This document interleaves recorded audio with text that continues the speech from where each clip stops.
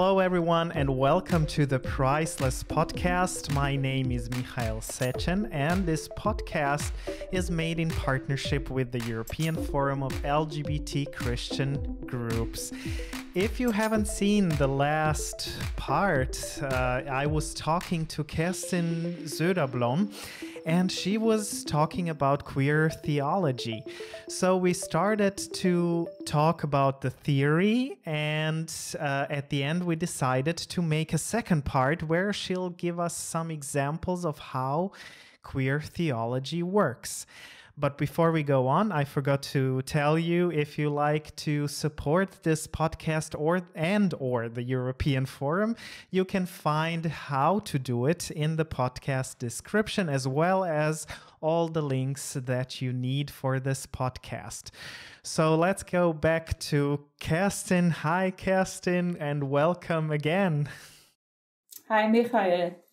It's good to be here with you and discuss with you again. Looking forward to it. Let's go to queer theology. Of course, people can watch the first part to find out a little bit more about queer theology, what it means to you, the theory behind it, and you said some very interesting things about why queer theology is so not just important to you, but why we can benefit as queer people from queer theology. So can you give us today, you already agreed that you will, so can you start with giving us a nice example of how queer theology works? Yes, I can. I actually brought 3 stories and we see how it goes. My first one would be about Joseph in the Old Testament. We can read about Joseph and his brothers and his parents, Jacob and Rachel, in the book of Genesis, in the 30th and 40th chapter. So Joseph is a very, very interesting figure in the Old Testament and well known for many, at least those who went to kindergarten or to some, church and children's services or stuff like that. Mm-hmm. Otherwise, I will tell you the story. That's what I do now. I summarize the story, and in between, I give some comments from a more distanced perspective. Mm-hmm. And that's how I try to present a little of what it is, this queer relecture of a biblical text. If you want to read the story from the Bible, you can find the passage where you can find it in the podcast description. So, yes. So I can give you my summary, which is of course shortened and then filled with my personal comments. Mm. Okay, we talk about Joseph. Who was Joseph? Well, he was a calm and dreamy young man. That's what the Bible says. He made up stories, he told stories, and he dreamt a lot. And he stayed with his parents, Rachel and Jacob, at the tents. His brothers, and he had in the end 11 brothers, some younger, most of them older than him, preferred to play around looking for adventures. What the real, male young people do. As a youth, Joseph still had to guard sheep with his brothers. That was the task of the brothers. One day, the brothers slaughtered an animal, even though the father, Jacob, had forbidden it to them. Joseph was horrified and told his father about it. That, of course, was not such a good idea, because the brothers were very angry at him. Why would he even tell his father? Well, he did. As a present and as a thank you gift, his father gave him a colorful skirt. And Joseph liked this colorful skirt that his father gave him. He was very proud of it. A little later, that's how it's said in the Bible, Joseph had 2 dreams about his family. The first one was about his brothers, and then The second one about his parents, and all of them were bowing to him, And that's, of course, a very strange dream, or two strange dreams. And as a result, the brothers became even more angry with him, because why should they bow to Joseph? Why should they do that? I mean, they were powerful and strong. They were the real ones, that were running around and hunting and doing all the tough stuff that boys do. Well, sometimes later, that's how the story continues, Joseph was called to join his brothers in the fields. When he got there, the brothers overpowered him and beat him. They took off his beloved skirt and pushed him into a pit. Later, they sold the brother for 20 pieces of silver to an Egyptian merchant who passed by with a caravan. The brothers showed their father the bloody skirt, which they had smeared with animal blood, and told Jacob, the father, that his son Joseph was dead. That's the first part of the story, how it is told in the Bible. Now I continue with a little discovery of some scholars, some biblical scholars.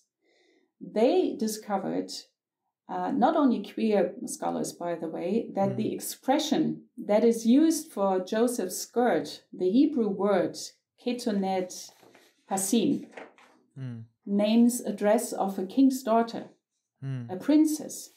And this rarely used expression is used, for example, in the second book of the prophet Samuel, in the 13th chapter, for a dress of a princess. Joseph wore a dress of a princess? Impossible. A son of Jacob in women's clothes? That's, of course, a comment from today.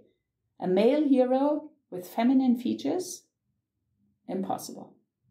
This information did not fit into the male imagery of biblical scholars, and it did not fit into anywhere and anyone, because it was just not foreseen that a boy was wearing a princess skirt.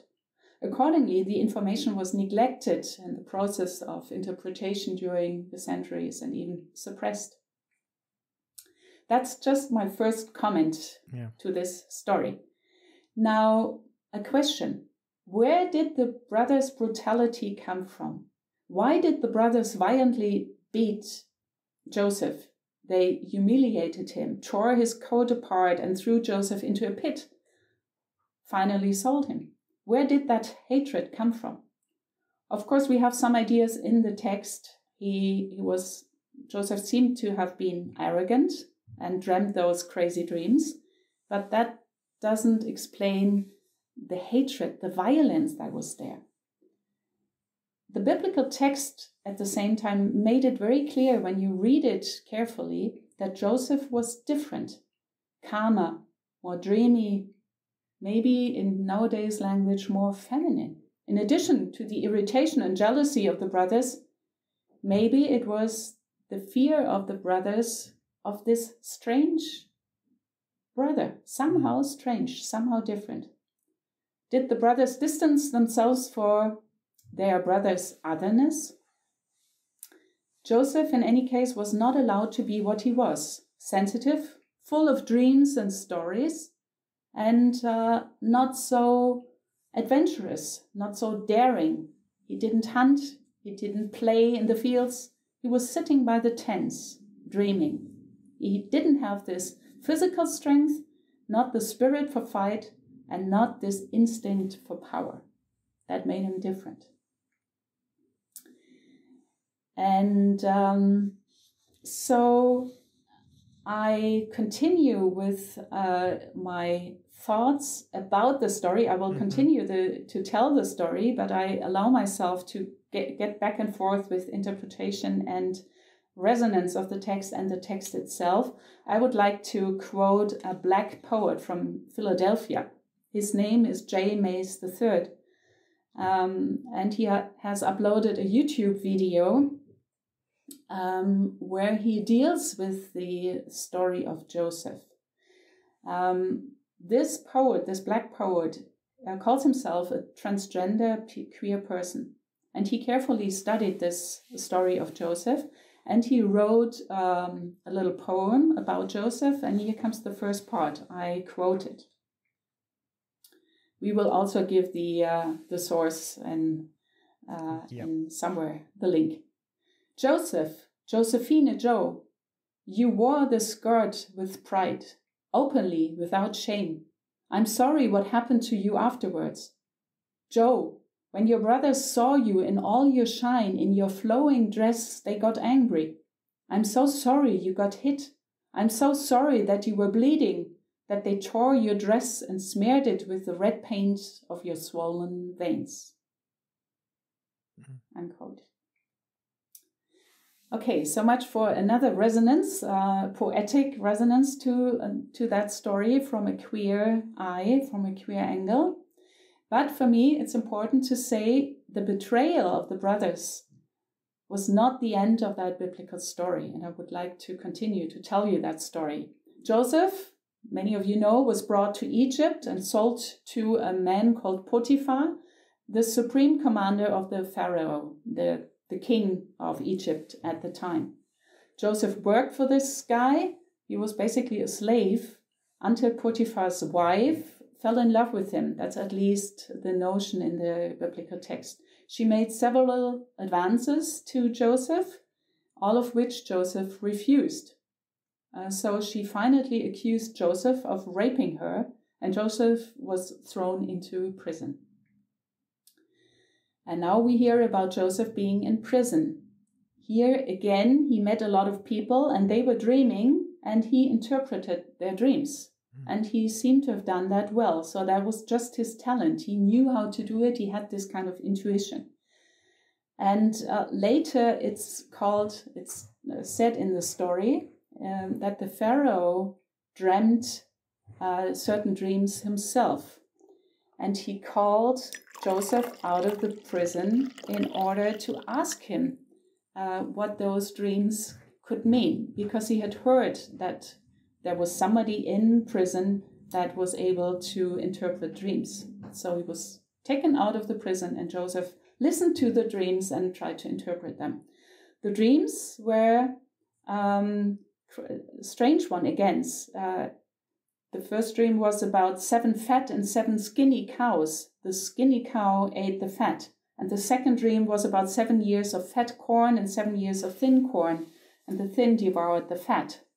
So Joseph interpreted both dreams in the way that he said to the Pharaoh, well, you will see 7 years of good harvest in Egypt. And after that, there will be 7 years of famine and no good harvest due to heat and lack of rain.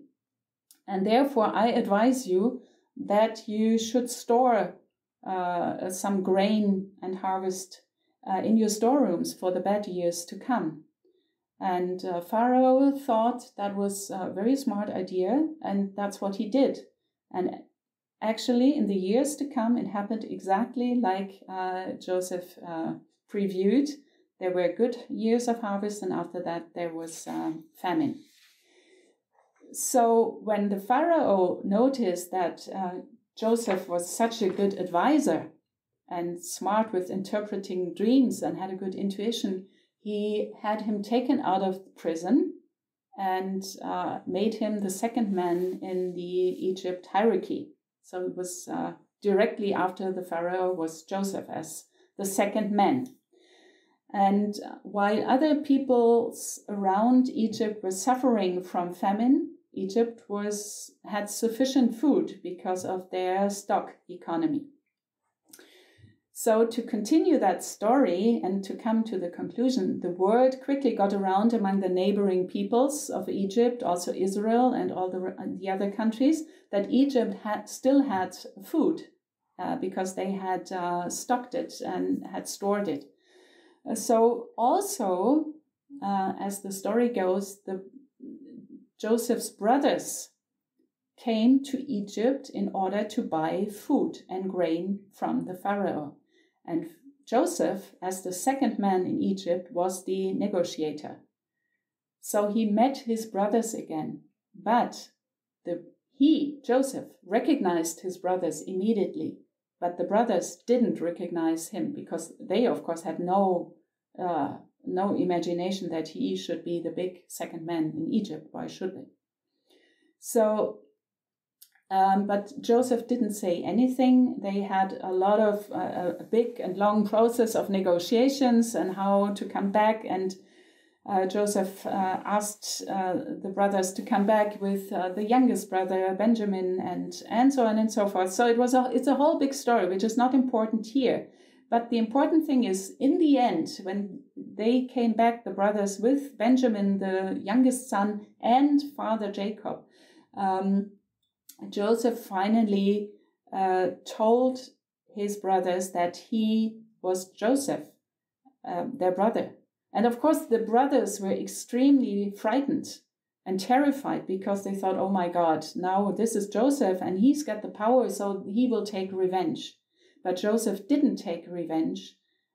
For him, love in the family and among the brothers was more important than revenge. So he refrained from revenge, but invited them to celebrate a big party with him, also with Jacob and the youngest son, Benjamin.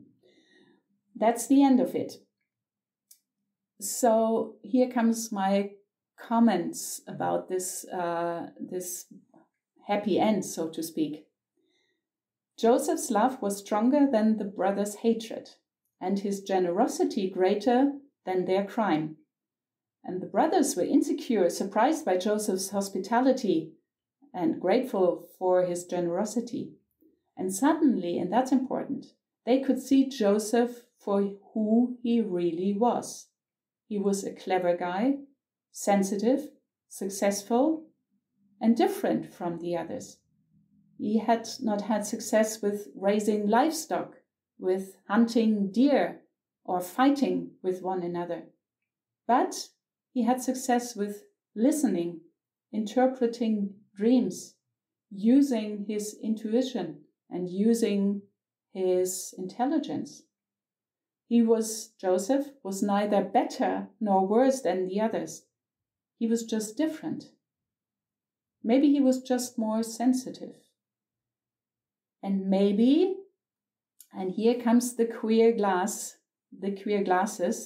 maybe today we would call this guy trans in some way or another, or not clearly male or female, because he had so many so-called female attributes coming along with him.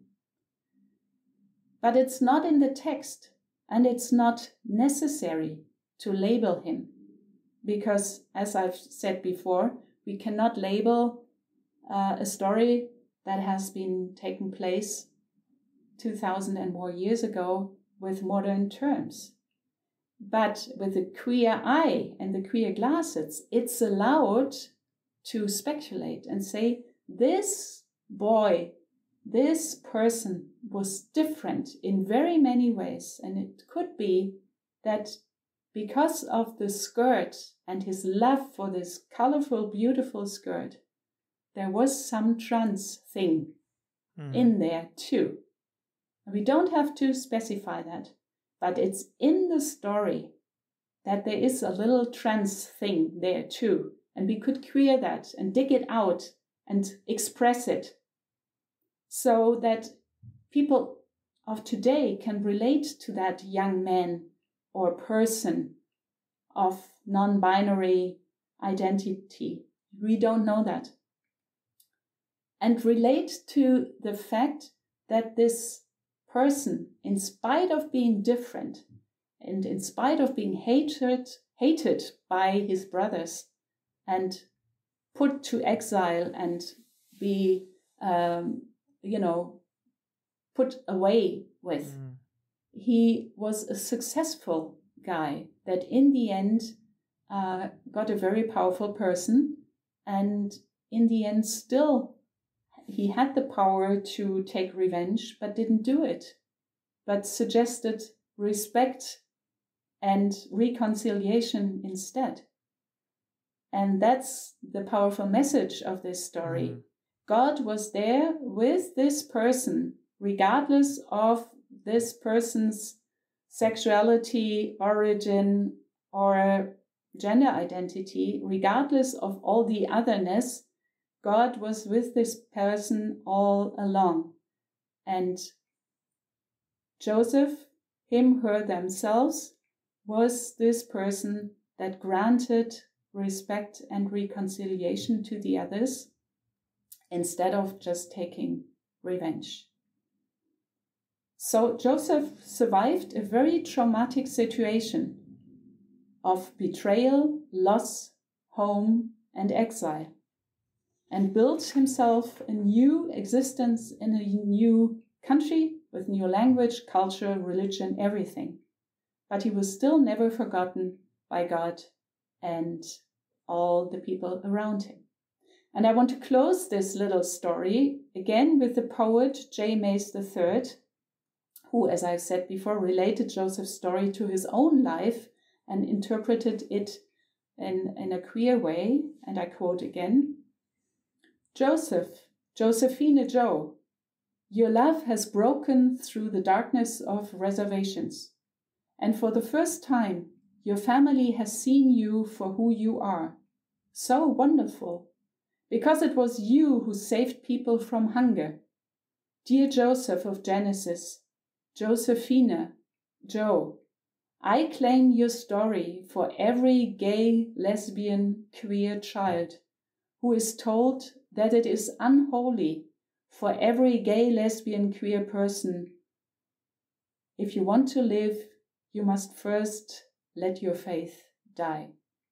So that's basically it. The, for me, encouraging story of Joseph and his adventure story and his brothers. Brutal violence has not the last word.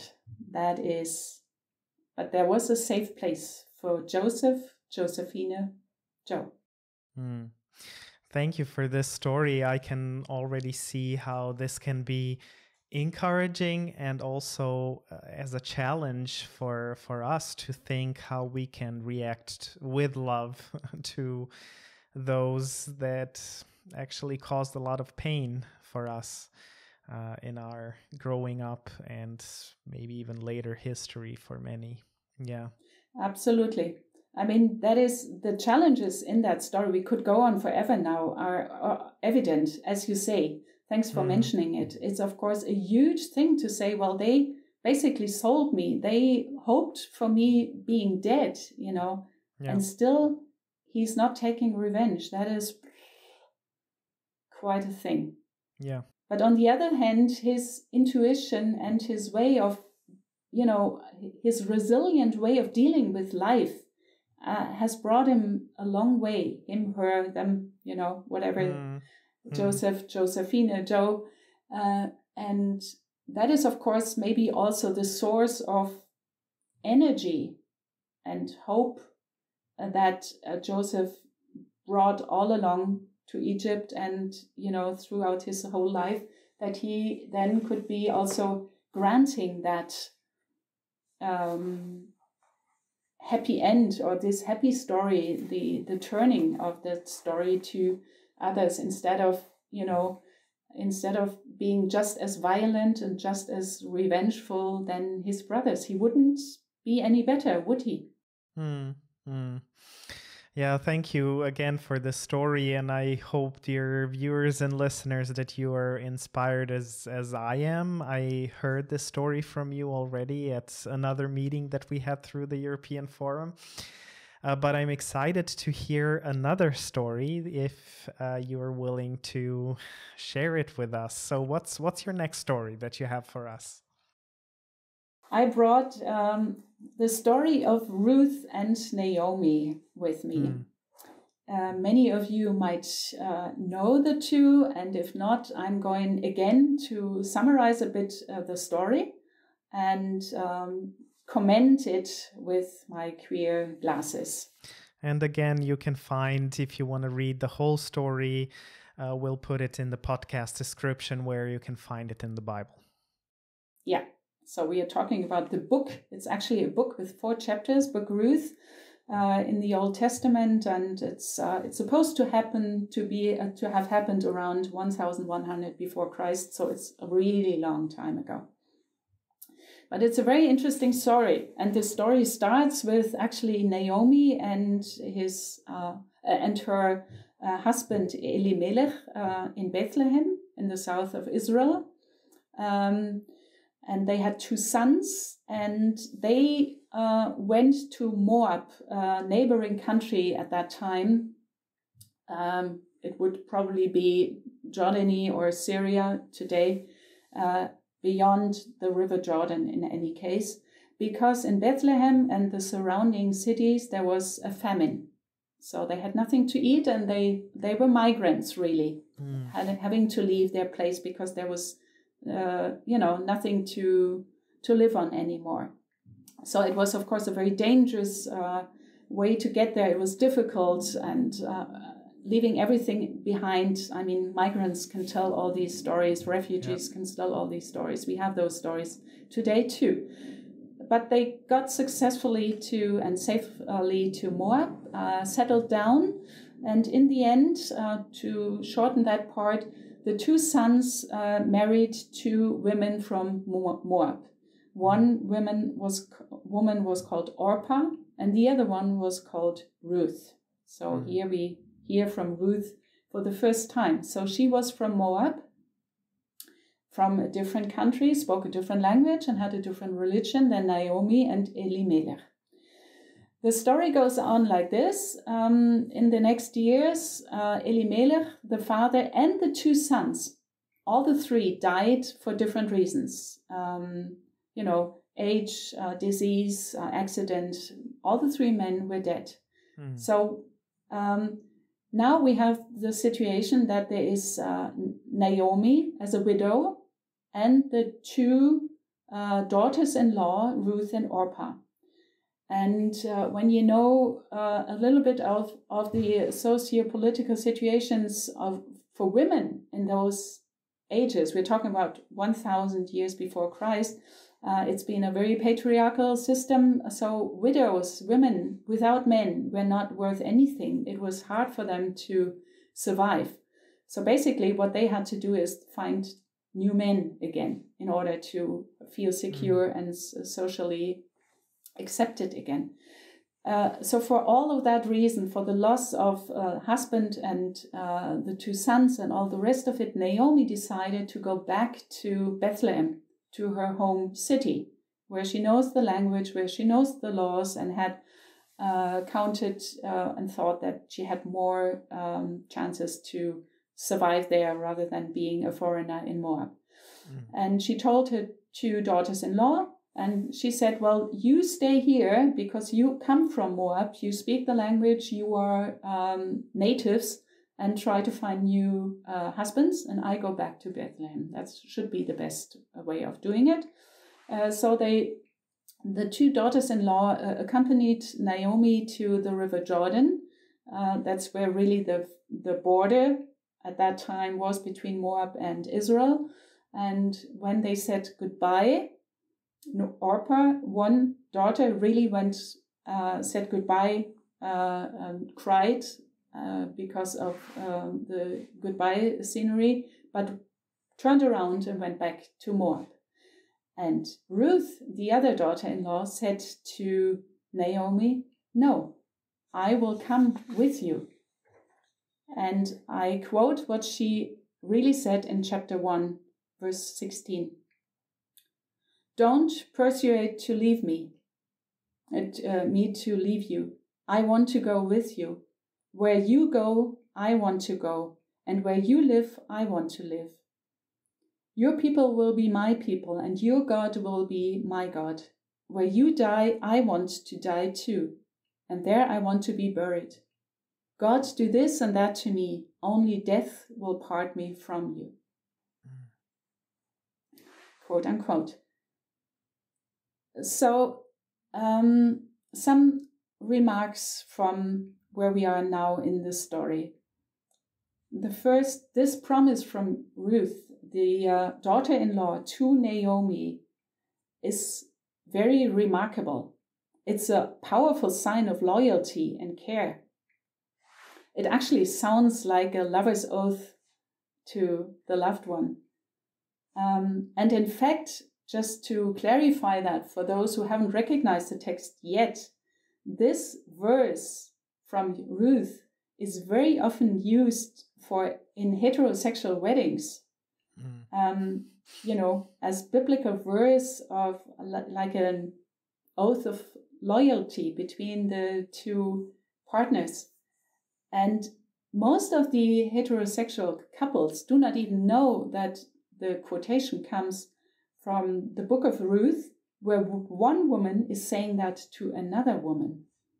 And that is at least worth the while to acknowledge that and recognize that and put it into the context where it's actually spoken. Of course, it can be quoted by somebody else too, but it's nice to know that it's one woman saying that to another woman.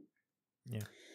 And of course, it is a daughter-in-law saying it to a family member, but it is saying a woman to another woman. And Ruth, is really leaving everything behind.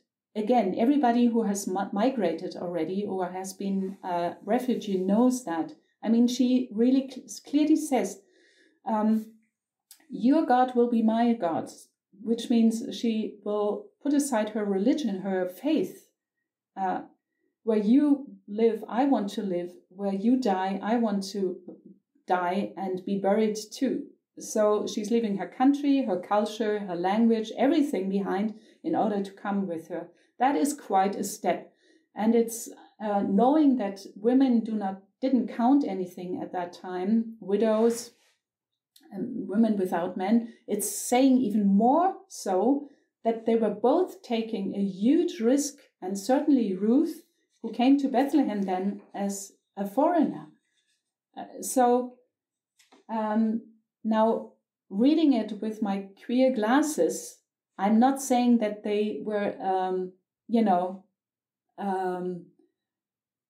a couple or loving one another. But yes, they were loving one another. But of course, in ways that we don't know today. Again, just like with Joseph in this other story, we cannot apply terms of the 21st century, be it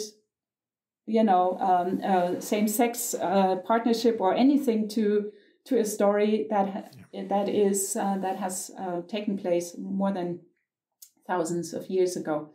But it's striking how extremely loyal, warm, and loving these two women were with one another. And it's striking that's actually in the text, that it's not been revised or taken out of the text.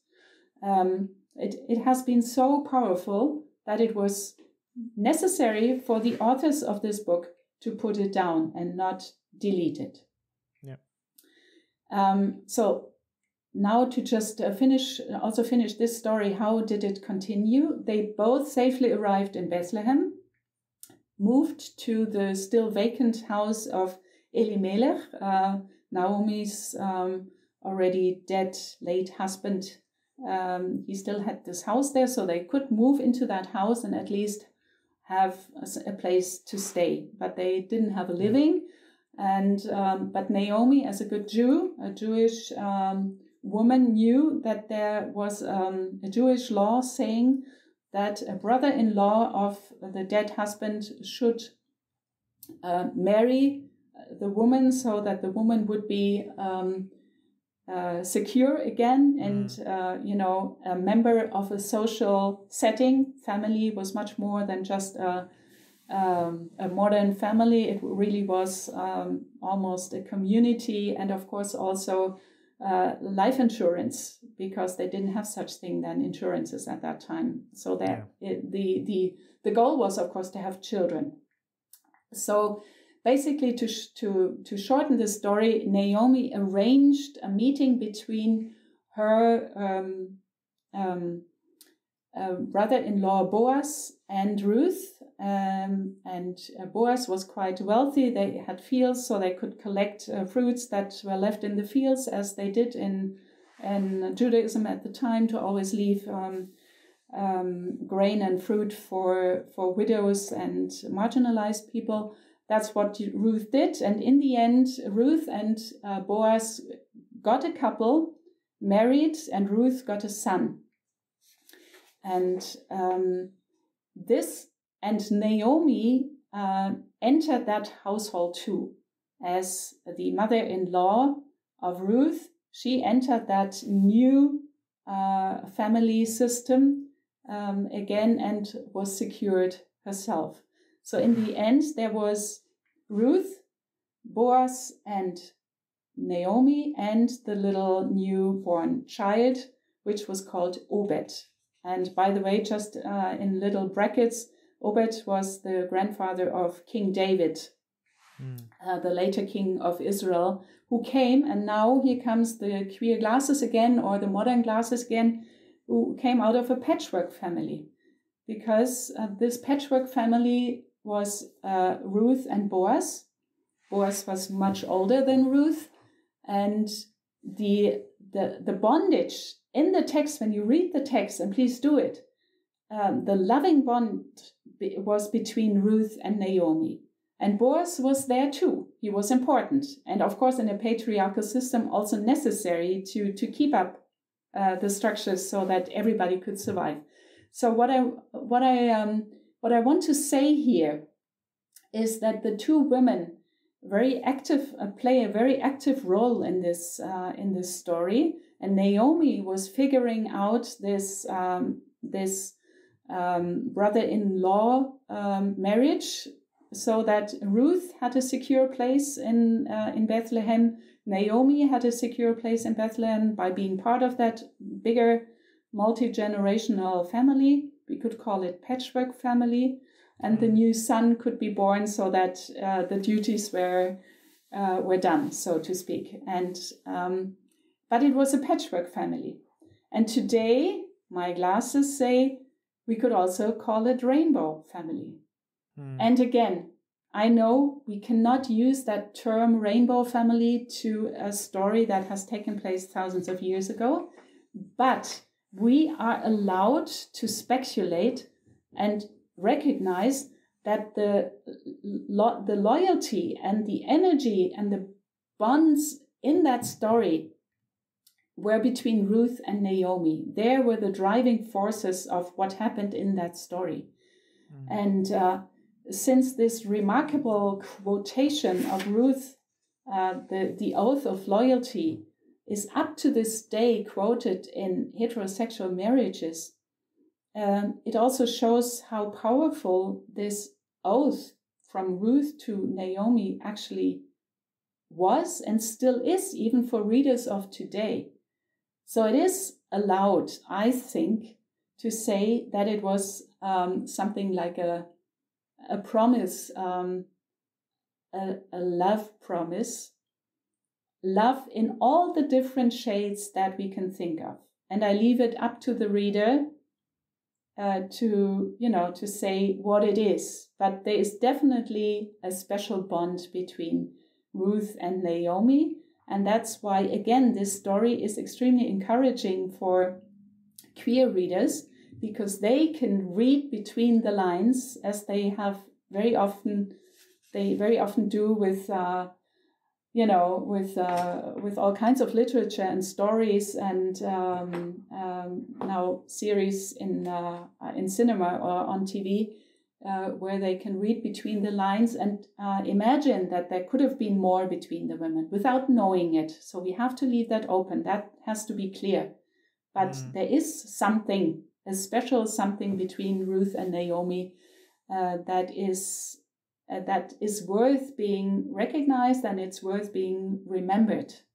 That's what I would say as a queer theologian. So it could also be a very encouraging story for rainbow families of today.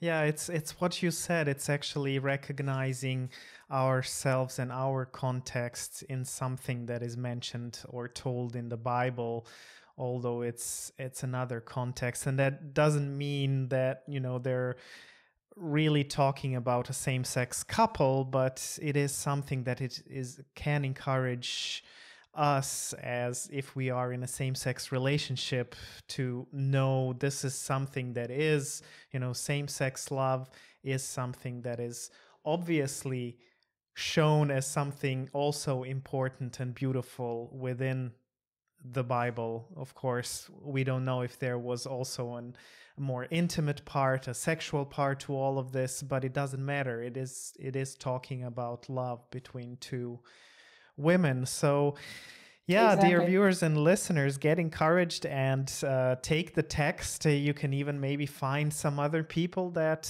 you can read it with and talk about it, and maybe discover some other parts that are interesting to you through the queer glasses that Kerstin was talking about. So tell me, do you have anything from the New Testament that you can share with us? I brought one last story. I mean, I could bring you more, but of course we have to, make a decision here and focus. Otherwise, we would talk forever. I love to talk to you, by the way, but I brought a story from Acts. That is the story of the first Christians after Christ has supposedly being crucified and risen on the third day. So now here are all the people like Peter, Paul, and all the rest of the apostles and friends trying to figure out how to live on without Jesus in their midst. And so the book of Acts in the 8th chapter is introducing an interesting person to us. And this person is called the Eunuch of Ethiopia.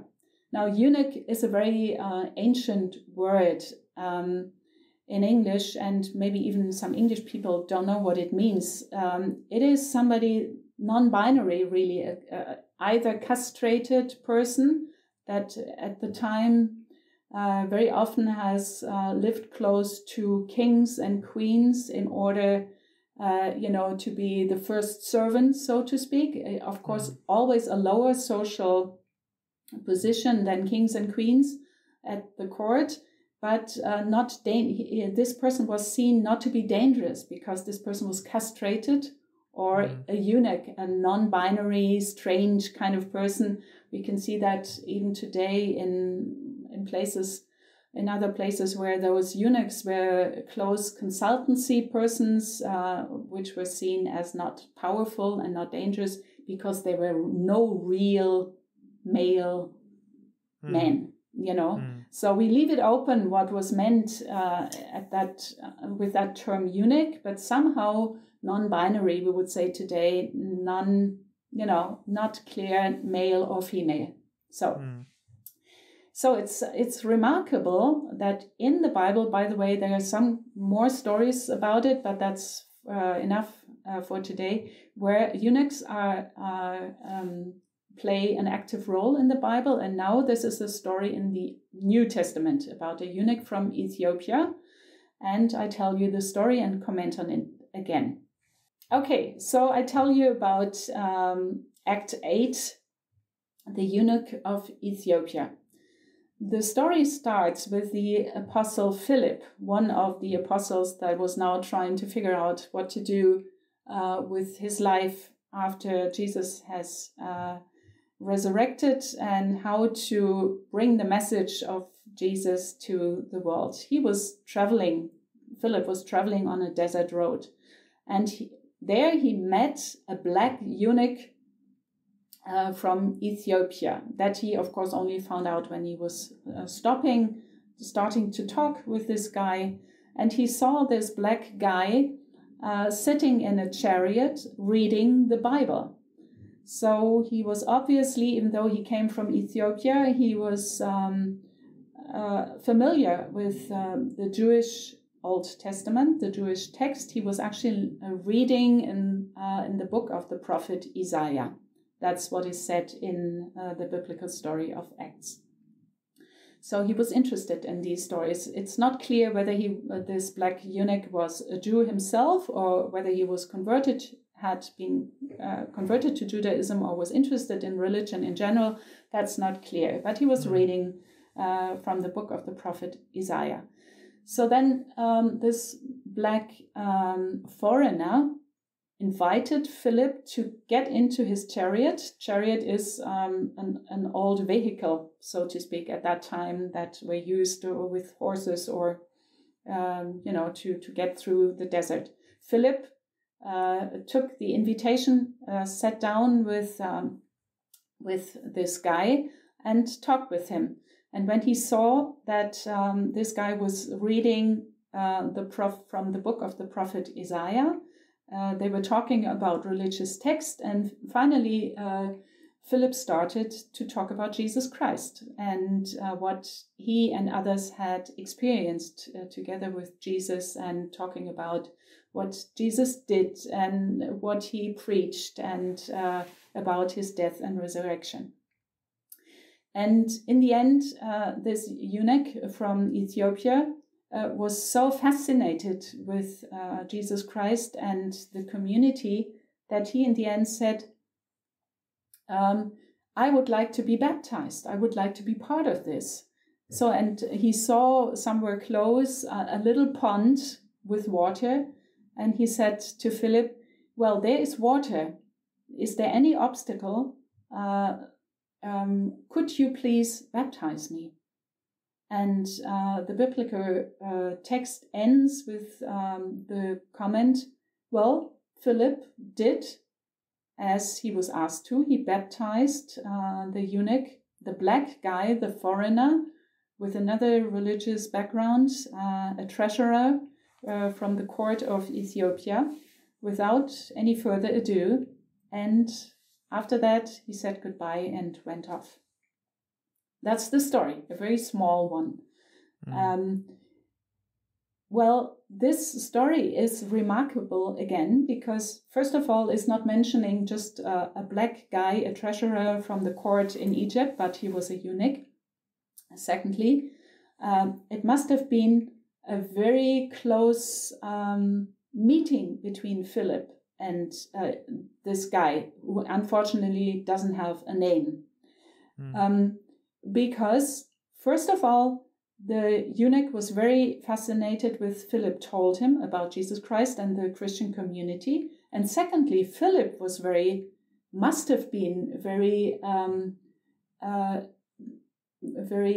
fascinated by the eunuch, because he was so steadfast and curious and wanted to know all of that, so that they really had a good conversation. That's what you can really clearly read in that little text.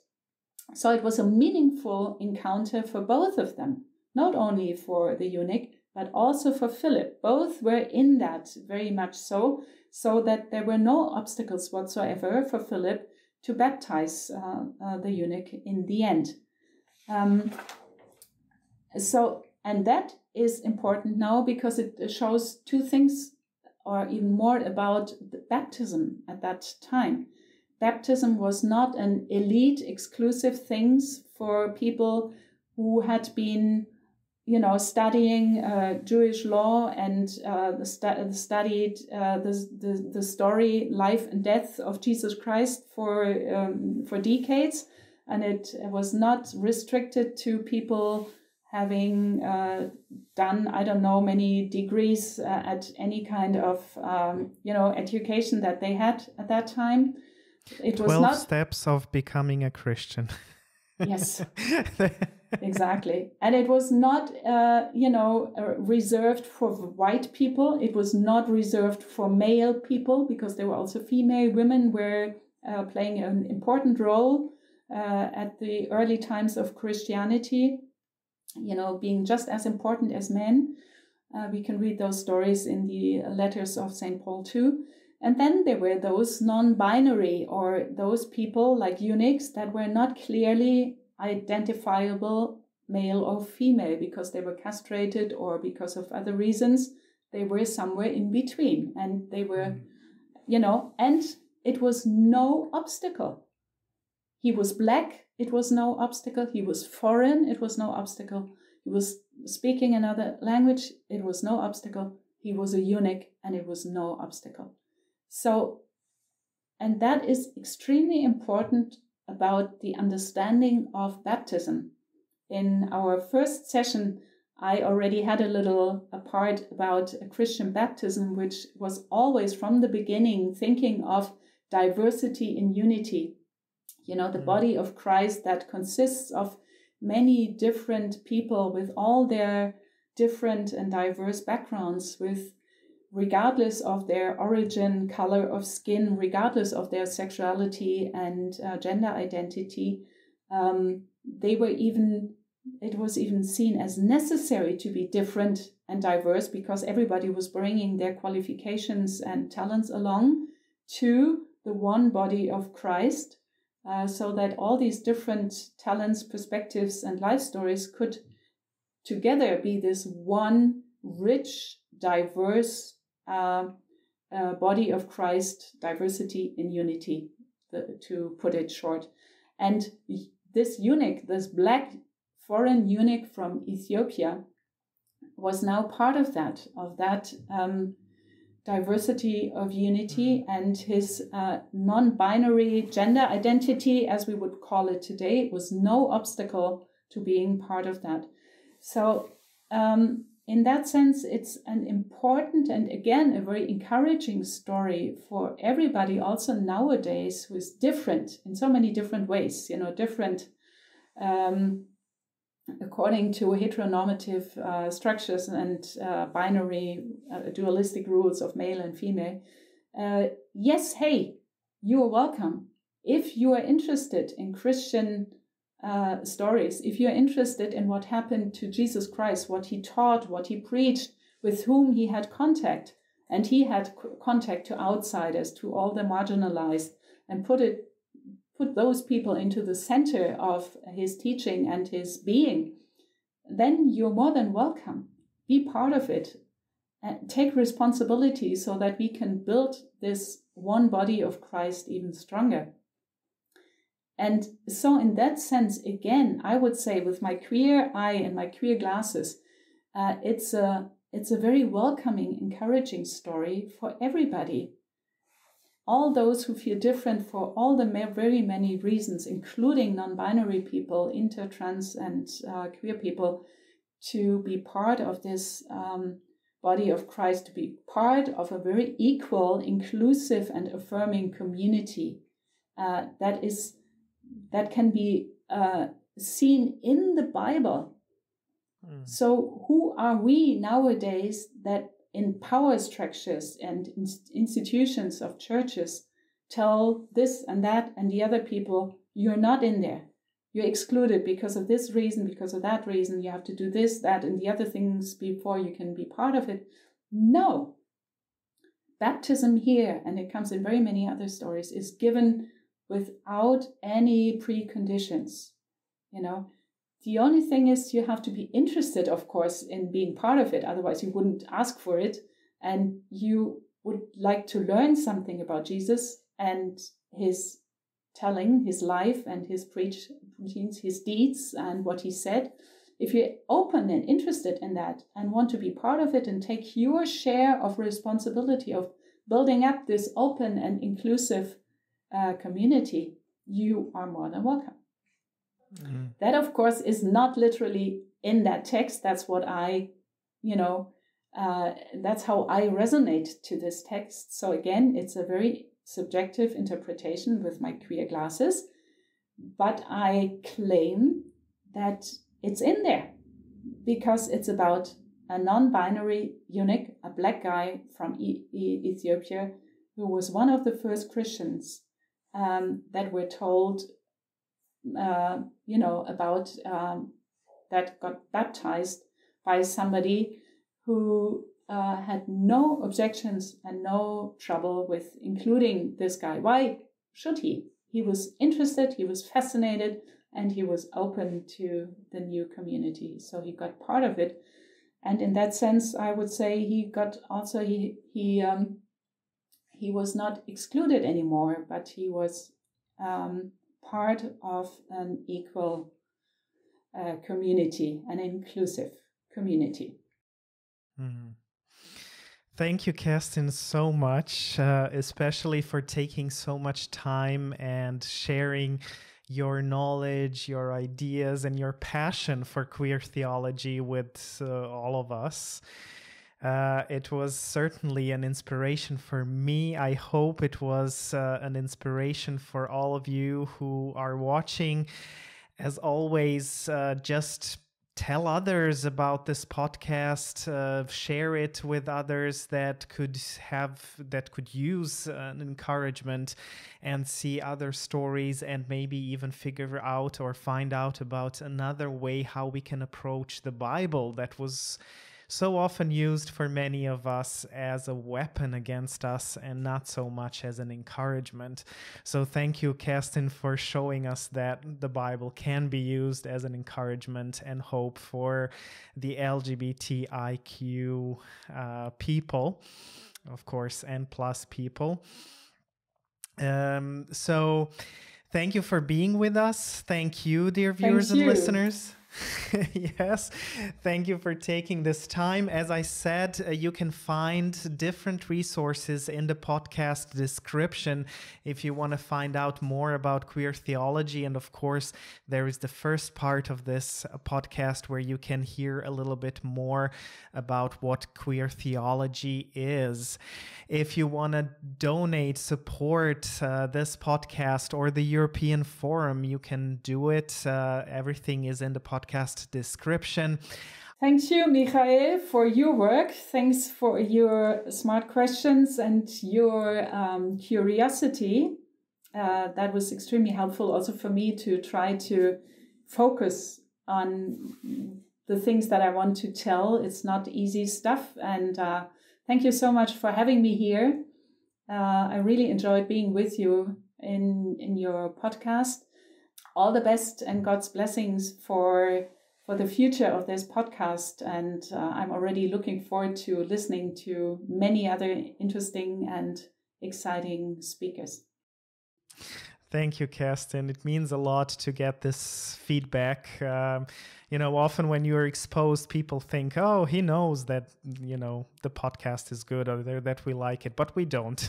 So it's always people, I guess you know it as a pastor, Absolutely. How it is. People think that people who are in front somewhere, they don't need feedback, but we always do. So if you want to give us feedback, or you even have an idea of a certain topic that you would like, please contact us over. You can use the contact part of the Priceless webpage, and just send your suggestions, ideas, or questions, or whatever you have. So not to make it any longer, thank you for sticking with us, and see you next week. Until then, we're both saying goodbye. Bye, everyone. Bye, everyone.